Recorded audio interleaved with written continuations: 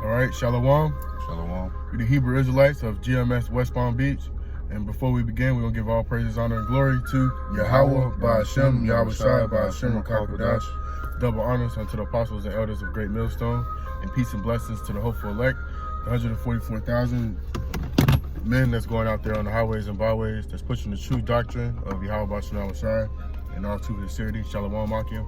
And also Shalom to the 1/3 of Israel, which consists of the men, women, and children that might be listening in all true sincerity. Shalom. Shalom. All right, we're gonna get into a topic about that us that's in this truth. We thinking about forever. All right, while people in this world, they think about, they're thinking about now. How to satisfy their flesh now. And living in the time of living for now. All right, but the fashion of this world is going to fade away. All right, and it says in Psalms, let me start Psalms chapter 49 verse 11. It says, Psalms chapter 49 verse 11, the inward thought is that their houses shall continue forever, and their dwelling places to all generations. They call their lands after their own names. That's the spirit that Esau is in, because he feels that this place is going to dwell forever. These Edomites, but the elites, even the elites, they know, that this place, they know the prophecies of the Lord, but it's the lower level Edomites, the average American Edomites that you see walking about today that believe that this place is going to dwell forever. They even name the lands, and the places after their own selves, man. All right, but the Lord, he said, for you Israelites, he said to love not the world. All right, you want to get that in Psalms? 1 John. Oh, you brought out Psalm 49? No. What you said, John? 1 John 2:15. Because the Lord, he said, love not the world, none of the things out in the world. All right, because you fall in love with this world, that's gonna cause you to forget the Lord. Was that 1 John 2:15? Yep. All right, so this is 1 John chapter 2 and verse 15. It reads, love not the world, neither the things that are in the world. If any man love the world, the love of the Father is not in him. Right, so if you're loving this world, wishing that this place is going to dwell forever, you don't have the love of the Father. All right, the love of the Father, is to hate this world. All right, to be against this world, because the Heavenly Father, Yahweh, all right, he's against this world. Who you guys ignorantly call God, he's against this world. All right, who you guys call Jesus Christ, he's against this world. The Lord, he said, love not this world. None of the things that are in this world, because they will corrupt you. All right, you got a precept? Okay. So this is John chapter 17 and verse 9. It reads, I pray for them, I pray not for the world, but for them which thou hast given me, for they are thine. See, so that's Yahweh Shai speaking. All right, Yahweh Shai, everybody thinks that Yahweh Shai, he loves everybody. All right, Yahweh Shai don't even love 2/3 of the nation of Israel on this side. All right, because they're gonna have to die and get born into the kingdom. All right, so the Lord, the Lord is only praying for the elect. All right, the 144,000 men and the 1/3 men, women, and children. All right. This 1 Corinthians chapter 7 verse 31. And they that use this world as not abusing it, for the fashion of this world passeth away. All right, the fashion of this world is going to pass away, man. So we can't be caught up abusing this world. Going to hitting the clubs every weekend, hitting the bars, every weekend, blowing all your money. Just you're abusing this world, man, and you're falling in love with it. Because the fashion of this world is going to fade away. The Lord, he's going to bring down a new heaven. All right, that new heaven, that's Jerusalem, man. All right, starting with the elect, the 144,000. We're going to, Lord willing, we have that number. We're going to be the kings on this earth. And the 1/3, the kings and princesses. All right. And 144,000, we're going to be, pretty much the starter, of our families. All right, we're gonna be the firstborn of our families, man, reaping the first fruits of the kingdom. This is Romans chapter 8 and verse 13. For if you live after the flesh, ye shall die.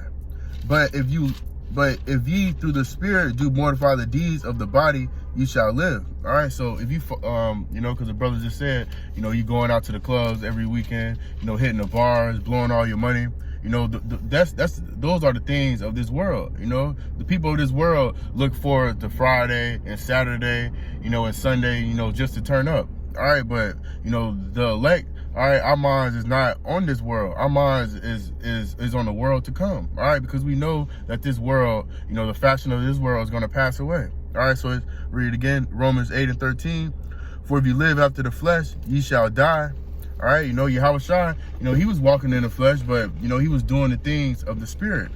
All right, it says, but if ye through the Spirit do mortify the deeds of the body, you shall live. All right, so if you follow the laws, statutes, commandments of Yahushua, all right, you reading the scriptures, all right, you doing all the things that the Lord commanded you to do, all right, ye shall live.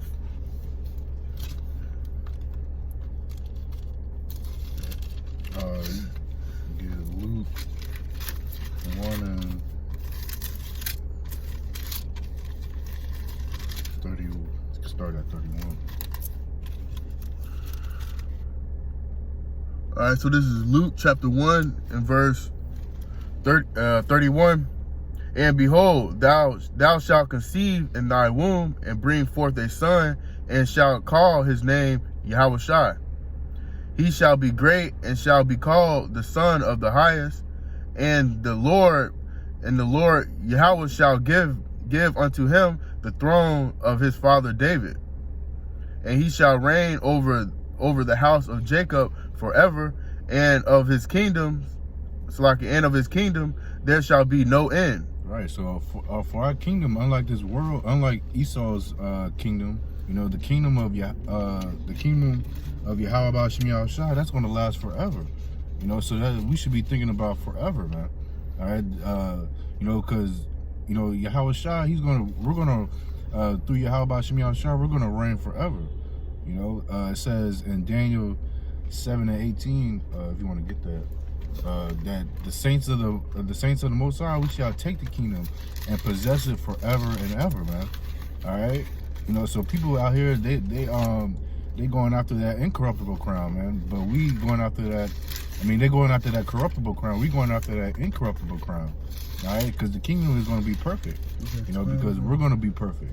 But 12 and Daniel 7 and 8. 18. We're going to be perfect in the kingdom. That's why we're going to possess it forever and ever. Because the Lord, He made us to be immortal. And the only way that we can be immortal and not die, is by keeping the laws, statutes, and commandments perfect. Because the wages of sin, that's the only way that we can die. The wages of sin is death. All right, so this is Daniel chapter 7 and verse 18. But the saints of the Most High shall take the kingdom and possess the kingdom forever, even forever and ever. Right, even forever and ever, man. That's eternal. All right, because it says in Wisdom of Solomon, chapter 2 and verse 23. Wisdom of Solomon, chapter 2, verse 23. For the Most High created man to be immortal, and made him to be an image of his own eternity. So the Lord, He created us to be immortal, man. All right, but this is the storyline that He put out for us, for us to be in the chains of darkness for going off for so long, man. All right, we've been in the chain of darkness right now in this flesh. All right, this corruptible flesh. This is the chain of darkness. All right. I had a precept. You had a precept? All right. Once one I got, I'm probably gonna close out with that one. You can get 2 Samuel chapter 7 and start at 12. 7 and 12? Yep.